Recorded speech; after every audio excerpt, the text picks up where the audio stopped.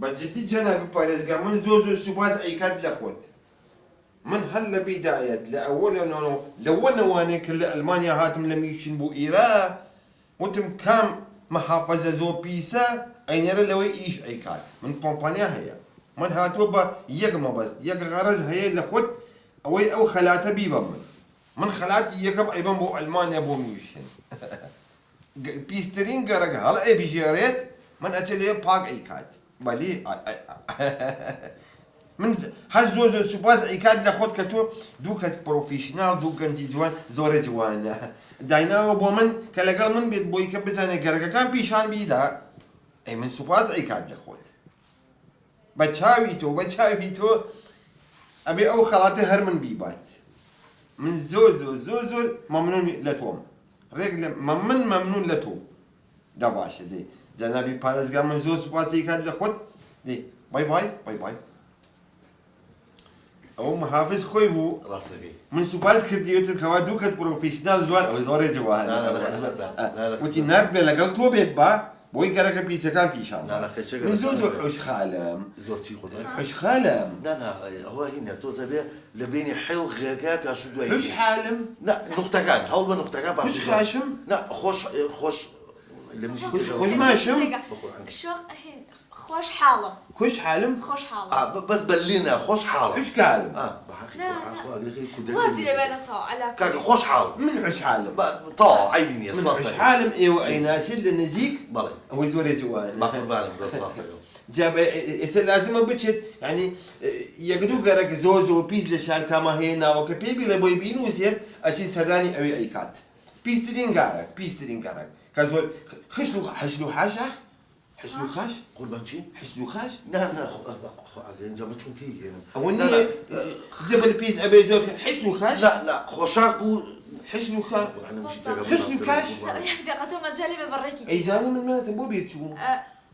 خول وخاشاك اويا خوشو خالاك لا خول خاشاك اي فرقناك خوشو خالاك وخوش ابي باش من عباد اوي ايوه اوكي خو اغلي كودرز بس بيسترين قرق لخوت اموي ديستا بيسترين قرق؟ ناوي بيسترين قرق بيتا بمن اترسم قرق كي بيزنا بجامن محافظ بوتشي نادمي بو ايرنا تليفوني بو كمالم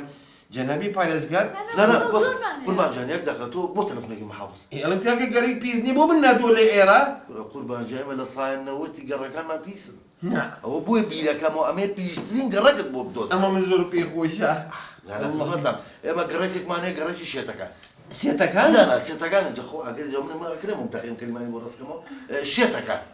ايه سيتكان لا حشتي شو زاق شيتك سيتك كاك شيتك سيتكان والله او قرق زور نيشيرينا لا زو شيرينيه ناشرينا ناشرين لا ناشرين شاخاكي زورا تو حقيقي كلام كاك ناشرين اي ناشرينا لا اورينا ناشرين من زمان كودي توزك بنجا ايزاني بنجا زائد يك نايزاني بنجا ناقص يك ايزاني انت توزك مشكله هي لقد او صاينون شو براس كمان كاك طا ناشرين مهم اوي سبي بعد بوشوي او قرقي كبيستين قرق لا شيتك سيتكان مروات بس قول ما جابوا شو مرين ربو قرقي كا يلا دي فرموا سيتكان يلا فرموا يا الله يلا اسمعني او مقرا لا كده نشيل انت ما مشكله هي لقد لا والله مشكله ما نيل اخو مال فرموا يا الله فرموا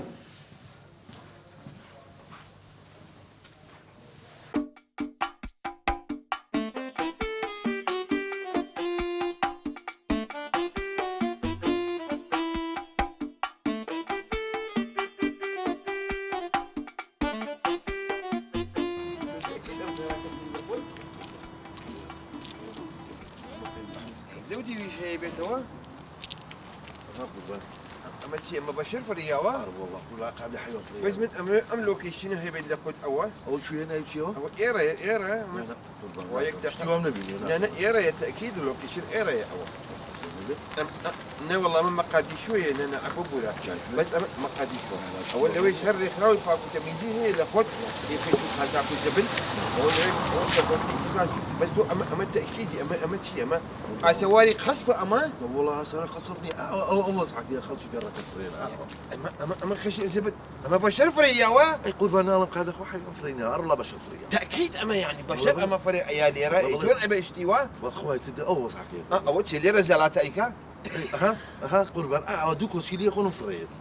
او شيء لم اسفريا ها يتهلم لي هل ها شاولي لا هم تازه اوه عمريش كان مسوق وناح ليرا كل قربان جانوس نسي وطوبي ومرزوه مريشك مردوها ويقول ها اي باشا او تجيب دروس اكاسر بيلا خد او تجيب بسبيه تنجواني بو فريا والله خوشا قربان جانا وجيبانيه ودايبي منالك اخوي بيسا بخنا شخت علاقه هذا بطرينا رفريات ويا عزوة بيسا زورنا خوشا زورنا 20 اي قربان جا قابل بيسونا خوش قابل بخوريه من خليك تيجي من هاتو الليره باكو تميزي اي باشا هين يعني اوشتا هاويه باكو هاويانه واخا كارتي اجتماعيه كارتي ثانيه اونا جاوكم اونا هاويه اونا قول زبلتي ايكا لازم هاويه هاويه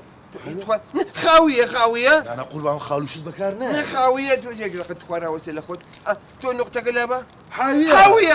او حيبنا وتريبو من ايوني وتي اخي جاري واتيت سري جاي وناتي تسري والله هو بس زوجي خير سري ويبوبي بس معقول نية اما من بتشا خوي بيبي بروانا يكاد اخوت اخوي ترى الله يشوف قربان اي معقول او معقول اوه وشيتها رمك قربان زومبي لا نبض بابا زومبي شي والله اوه صح كده يا مرات وين وبشرة رايك اقول او دانيش كاهو بخوا ما انا بابا راناكي بخوة تتورى بابا اخوات بشرة اي خو بس اخو بابا وحشينيه اول شيء داني فريا ودانيش كتيك يا تو اتراوا ويا امان اوكي يا ابو مسيح هو سيبو ولا كل حميان قولتنا تساولي هو بشرة والله بشر والله والله وبشرني هو حيوانه حيوان انا حيوان نيه ما بس نص نقطة كيف غير سال حيوان ويا دعوة مزايد زادنا اوكي وبشر شي واعي كفريات ادر والله ابو زوزو خراب اللي خد ولازم يثبت تو كومبانيا ثاني شكو بنو لسر او بيكات والله ابي لازم هاويه هبت زبلتي كان لخوت لا انا اقول ان في موتي دم حيوان هي مش تشان ام قركه هم اي كاب اقول يا اخوي قرب ولا لو زيادة شي ليك تيجي انا توتي انا جا وحاول تقيلي بيشوف جول من هرب وراك نشط وزما ابو امدام اي كاب بقول ام قركه ايش لازم بتشي تو كومبانيا ثاني شين هر قركه ثاني شين همو بنجامتك هاويه دابن هاويه انا بس تشا والله بيما تقول هاويه ام حاويه مالا هاويه دايني لخوت خليش لمن تك بروين انا والله بابرنت ما قرقني ما بشرني ما تشي والله بشرني انا والله يسب لا انا والله بابا بابا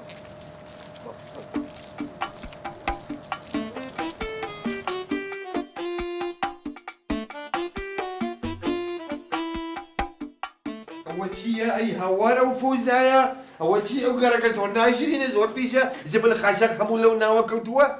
إخوان اللي جنبونا هاد اي باش ابن بروس ما نار بشوينيا تو اشترى شكل مو بانك كورة كي رفيق اللي قتومو اي باش ترى شكت شوني كاك بروسكا تروسك بروسك بروس برو سلينا سك سك يسك أما سكا نا بروسك يا ما بروسك لا يا ما أخرى لم يشن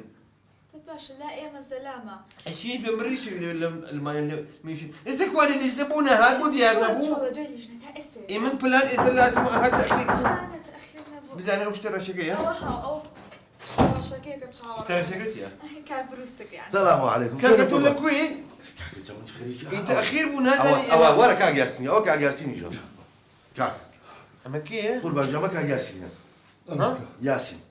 اسبرين لا ياسين قربان جا ياسين قربان ياسين دير ايش اكل بلا ما فرما ما نخو معنا ازور جوانا كل زوجي قربان جا ايوا توهم كلمه غلط اكي بوجلي جوان رقم طبلي سرب قربان جا لك تشكل لخوت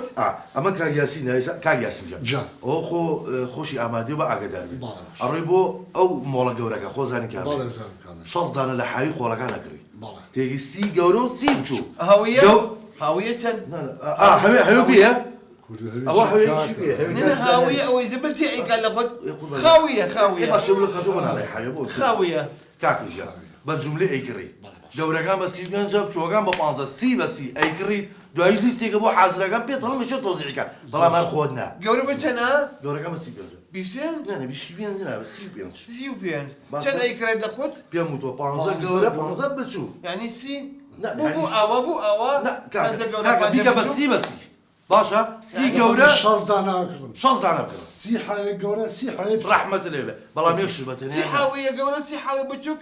بوو کاکە بوو ئەو بچ ناکە بەبی پلانی من لا باشا نە سیویەک بە سیویەک يقول بانجي اي هوا دوك هذا سر اللي مش عنده دانا شي ذاكروا ئەخە پلانەکە ئەها يقول بانجي اخوان شش دانا ما انا بهدي ترى مين بوتشي ئیدی باش بس كاجا سنيا بتني انا دوانا موظف كان جاب لك الخطه خۆمە ليستاكاتي هم دواي بيت انا بيبي بوتشو شو توزيع زۆر يقول بانجي ايش ما بكاجا سينا ما بابرو كاجا سنيا توبرو بڕۆ على والله دەخوازی خد لك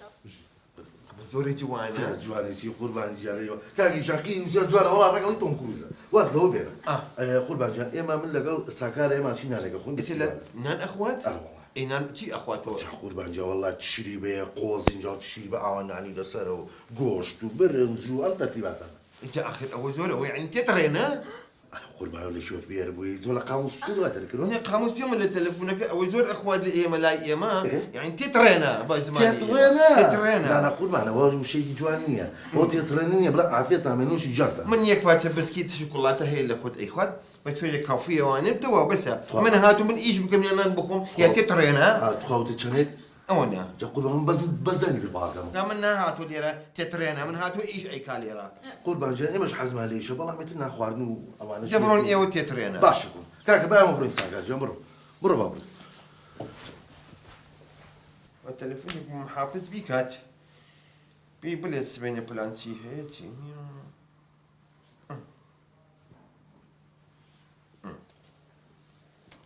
الو جنابي محافظ پارێزگا ئالە وەسالەن باشیت تو باشیت والله من زۆر باشم والله تۆ کەسێکی زۆرە جوانی من بەیانی حاویەکان ئەیکرێت لە خۆت سیویەک بچووک سیویەک گەورە یا ئجا من سبەینێ یەکەم پلان خۆی دەست پێ ئەکات لێرە لە پیسلین گەرەک من یەکەم پلان دەست پێ ئەکات لێرە خەلاتەکە هەر بۆ خۆمە ئاکید دەباشیتی سێ چاو بای بای ئالە وەسەلەن وڵە زۆر عەجیبە ئەمانە دوانە تێتڕێنە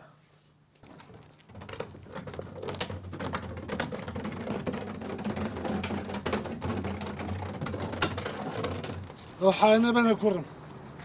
دەخێناکە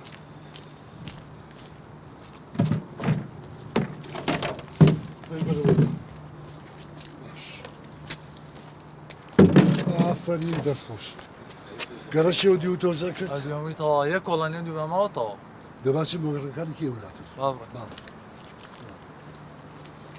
پەنجە گەورە سی بچک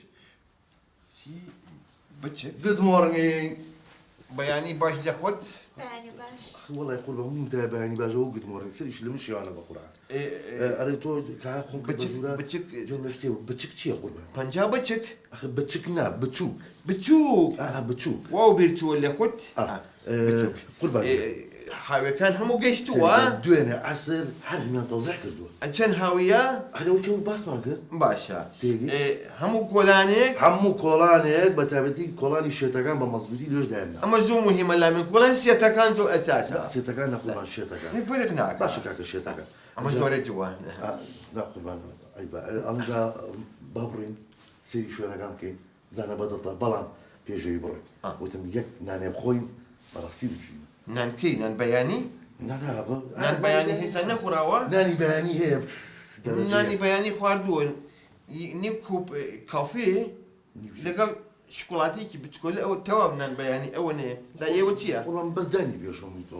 ینی بەیانە زیاترە لە ئێوە زیاترە؟ ئەڕۆڵا من جاریوە پێنج جەرگە سوورەکەمەوە ینی هەم تێتڕێنە؟ قوربان یازانی چی خۆی وشەی تێتڕێنە زۆر ناخۆشە تۆ ئەوەیت ناخۆشە کردووە قەینا بەیانی تێتڕێنە ئێوارە تێتڕێنە مەکەی معدل تێتڕێنە؟ يعني هاتون يوم وتترينا يا ابو ايش من نيزان يقطع تليفوني كابو بالي لا ميكا زين شي جوب يا اخي من قال لك من داينا معدل تترينا قربان بس مجالي ساقا جات لي هنا اوا طبعا نو تترينا جاست ايش قربان يجي ايش بس ايش هي الاخوات باش طا لا بس بس ايش تترينا ناخوردنا اما زور بروين لسه بروين فرمو يلا تترينا خلاص على بيش تاكل بالك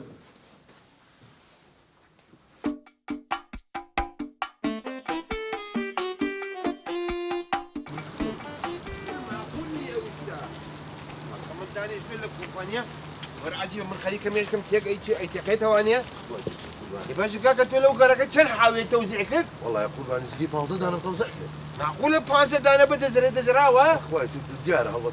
خلينا نقول بشيل انا يبرد بيه قربان جنب بدا بشيله حي كان والله شيء ده بشيله حي مو شيء شو زين والله من خليك صار متيك اي شيء معقول نيه بدا زريت من حاوي داي انا اللي قلت والله راسي اي باش او قرك هي سيتكن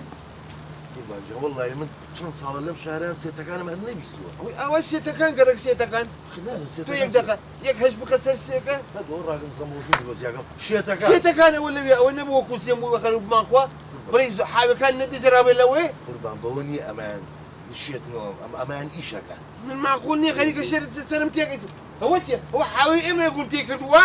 قربان هي كذا قفانه وانا كنا كاك وزن هوي بينا ما تشيت كرت المخوت اول شيء وحاوي اما يقول تيك دوا قربان يشتي ما في ابراهيم انا بالله ام ملتي ما خلشي ام شهرها فكره وشتي ام بيها بخا جاري ابو انجان يقول بكاريان جاري ابو قاعده يقول بكاريان كل لها مهم انت بخاشتي وش كشي ديك فاصوليا ومش عاج بكاريان يعني فاصوليا كانت حاوي زبل والله لا تكنوك وفاصوليا مش صار بابا تشين سيتك بزين حاوي كان ما هو يشتي في والله غبوني شويه او انا شتي ام بيها امان ايش هذا بابا تشين بزين لوي هي لقوت معقول نيا فرق بس اخي اللي بيشو انت ربودي يعني يقدقه اما غيرك سيتك انا قرك سيتك اي مش توامانية ولد مالا بلا اكاك ودي سنه اشتغلي بيتشبم دي سنه خليك يزمر قدام يقدقه اما ليرا نسراوه شوار هاوي ابي ليرا هبت ودانا شوار هاوي ليرا قربان شاء والله من منصفك انا شوارع مناس مثل الناس اي بودي يعني معقوله دزراوه يعني اخوة ابيت من هاويه داينه بيد زيت خلق لا انا قربان حبيبي يردانا هي خيرته قفا قول بابا هاويه او هاويه كن مقتقل ابا وبيش موتي يتم زوبي خير سري ما الله ابي حاويه اي باشا من هاويه داينه وزبلتي اي قال خد بكره بدزرت بخويت ديار هاتشين اقرين لو مالنا برسي معقول نيش بدزرت حق خويتي ابي بري ولا بشي لنا يبد بيه بخويت قربان بيوم يجي تمشي لو يقول الله انت بابور انت بابور والله من خليك الشيء عيبها معاملة بكيد يا قوم تانمي بيك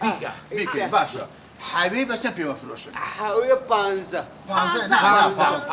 بانزا زورة كاكا بانزا زورة لقرأتي أوديو بانزا ترى ما تبقي اللي كاكا بكن بروجي قوتان لقرأتي أوديو بشواري كربو يوم بيش قوتان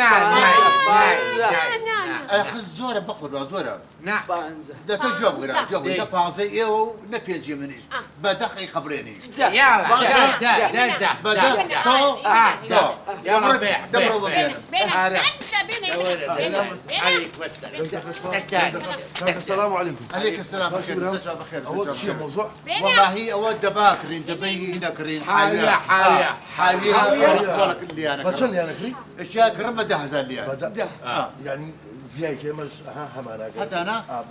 زي اخي ودرك هاتوا من بنوا لي تام ورق نعم والله حد بتكي انت تمكن وشي مسألة اللي قلت والله عمل يمكن يقدر باش قبول باش بدك باش مش حاجه او حيوان يا قربان يا ما حاوية بان هي يعني كومبانيا هي اللي قلت كل مرة يا ما حاوية خمان هي زيادة أفروشي بدك باش يقدق يعني هاوي من داي يعني امان ايدي زين لا نفسي يا ما نايزي عيبة يا ما بدومانة استوى شو من هاوي داي امان بيدي زين قربان هو زين قرقي شويه كوي هو قرقي سيتك انا سيدي قال لي اوردر مني ما الله بيوصل شيء اللي من الشيوان شيء ماشي ازاني شلون ام بلاني من سقط هي الاخوت لازم بجتو كومبانيا بلاني كداني لا موضوع اما خول اللي اقرين زبل اي كريد لاخوتها اما لا موضوع زبل اي كريد لايوا ايوه كيلو يتا هزار ايدا بيدا هو كاكا بوزمك يبراك مش كريم بوتان مش مو بيو تربوات كاكا شو اللي قالك سيدا كان هيك شتا هيك شو لا لا قربان هو قرقي شيتك انا بس شيتك تيجيش لنا بريزيان يقدق من لا موضوع خول اي كريد مالان او حلا بلاني تازه هي بابتشي كومبانيا هر كيلو خول زبل بدا هزار لايوا اما خلط عليك باش كريمه ده تمام بابرو بقول لي املك قرق سيدا كان سيدا برا كاكا برا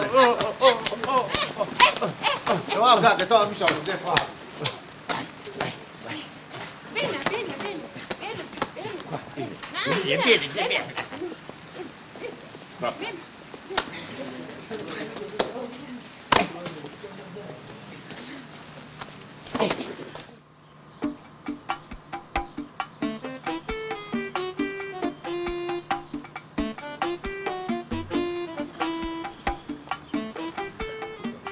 بس سيارة كومبانيا والله قوربان ساری کۆمپانیاوی ڕاستی بێ بە منی وتی تا وشەکان تاواکەم کۆڵانانە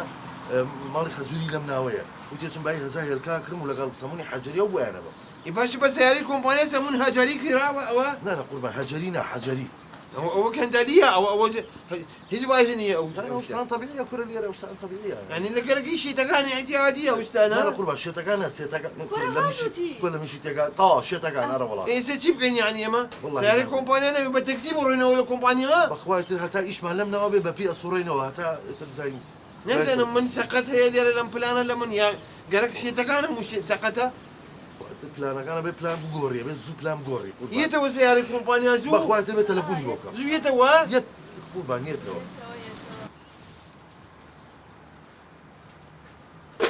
يكتق أو هاويني زبلتيكا تو إلى قوتي هاتو بخوري بفريم شلون هاك من شيء من مدير كومبانيا هي زبل وخاشاك وشين قال لك او كنداليه او اصلا ن اخلاقها يا نروشتها يا أو تواليتي أقل لخوت عليتي هاوي يقول من شي متوا لا قوربان جانەوە خەڵەتەوە ئەخلاقی لای ئێوە جیا و لەگەڵی ماجیا انت وش فيك انت متي اخلاق يعني او اخي قوربان جا بۆ هەموو وەقیفی ئەخلاق بەکار نایندروشی ئەخلاق ياسين ياسين كي ياسين كي والله قوربان جان هاورە یاسین. جونیت نەڕۆی ئەوە بەها بەپێ و تەمەن و شکڵەوە خات دیارە موالیدینەوە پێنجەمانە دووز لێ مريم شو أورا شو زانوانا تشيالين قوربان ئەو نایناسی هو اللي ناسب او دكتور رامي دکتۆرامی چێ او افلام كاتوني عدل ولينا قوربان جانەوە کاک یاسینە فەرمانبەرەکەی خۆمە کە حاوەکانە بیانە اي كاك زبل مفرع يا هاوينا يا بتو في الدينا جا كاكا جار خوليم عالم ملياي هنا الريجي هل خوليم ميتيا هاتي السلامة اي نابع الوا او موظف كومبانيا هي اللي قلت كتجي زبل فرعيات ڕاستەکە کاک یاسینە بۆ فڕێ کاکە عیبە خۆتەوە خاوەنی کۆمپانیاتەوە كاكا جا خولي من يبو شي برم حاجة دانا فرن بابي كده حاجة وين اخلاقنا ما هو أها بس أخلاقك يا أدب أها سامي خوبك لا ئەزانین چیە کاک والله او في كدي لمن شوف كاكا كوام فيلم كنت بوتو من أولي بخسيكي تو كاكا ياك دقيقة كاكا أخلاقي يوم جوازي إيرا جوازة بو مش ناوتري أقليك يا خول برجة أخلاقي نية او باوكتا نخير باوكيتي أو مردكما شاي بازاري كدوا بقران كاكا ياسين فيلم نكر أو لا شوف بيكو جا ياسين لا بازار فيك والله بيكتا مش ختامة بشالي ياك تاخذ بو هاتشي كل ما في من كندري اخر حاوي هل خولي بيكو جا ياسين بيكو جا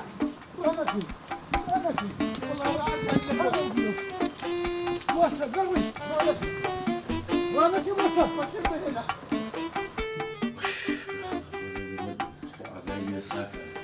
طبعا يشتي يوم كاكا وسالي يشتي شوية ونهي داقنا هو كاكا مشيت كاكا هو كل ما بيده شدو انك بتبو خدمتي ايه ما هاتو بقول قيناك خدمتك اساس وصل شلون بس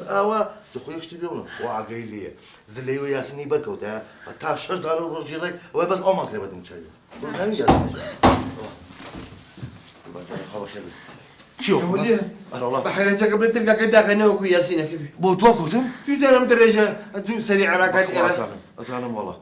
باش يبورا تاكل ايه هوان قربان جاك والله لو ياسين بيني خو حاجه لي زين زو خطر دانيشا اللي خو دانيشا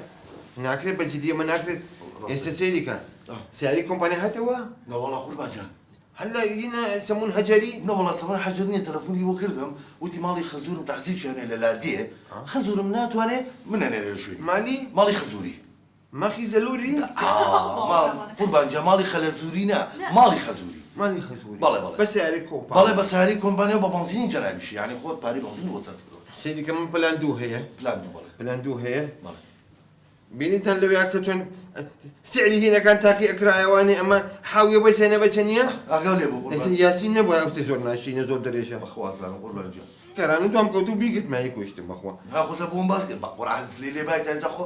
بس باوشي ما كيف بكره بالله اساسي على يقدر اكل باش دوسي اللي قال خوتان ايبان بالله مال بمال تك لدرجة ايات باش الان شي زبل ايكرين خشاق ايكرين يعني خو ما صبلك وشو خلاك لا خشلو خشاق لا خشاق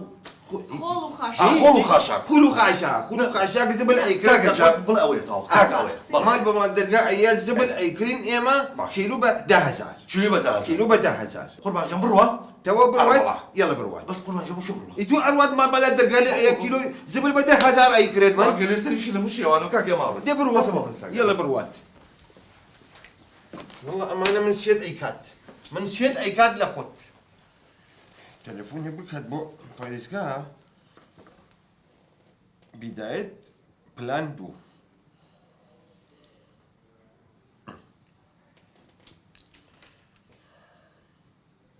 الو جناب باريزكار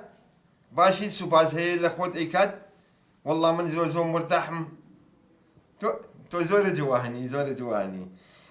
بلان دو هي جناب باريزكار وتم بابيت بليت من استا مال بمال اغاريد لقى الكورة كان اشترى شكل كتي جوانكا وتم بيتو بر مال بمال 1 كيلو زبل ايكريد بعدها 1000 اما بلاني من باريزكار من ايويت او خلاته بس بو من بيت او خلاته لازم حد بو من بيته اي بو ميشن باي باي الله لا بلان دو كان خوش زور جوانا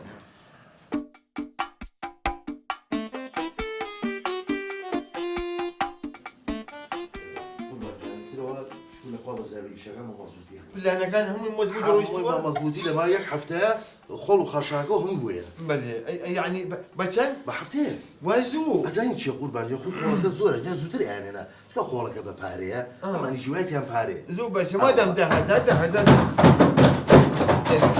وي يا سيدي انا يا سيدي اوكي وانا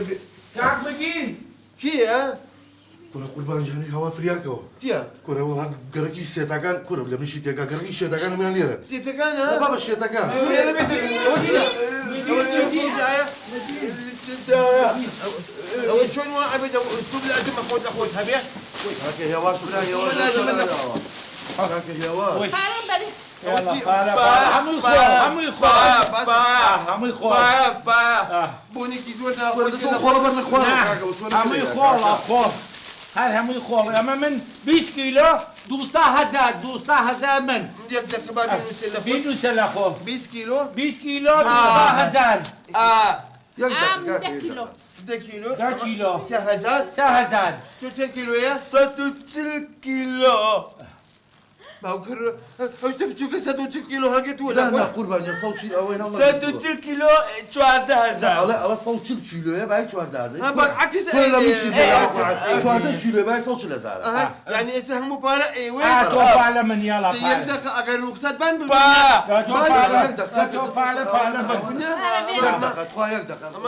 اما قناها اما بونا بالولا وستا قربان يا سيد تو يقدر قربان يا تشيلوي بيوم ولا وستا قناها انا قربان يا سيد خو ما بيش دانك مش نيو صح لا ما اعرف قلنا قد دكتور لما او زين شو قربان جان اما احتمال باشي كم درهم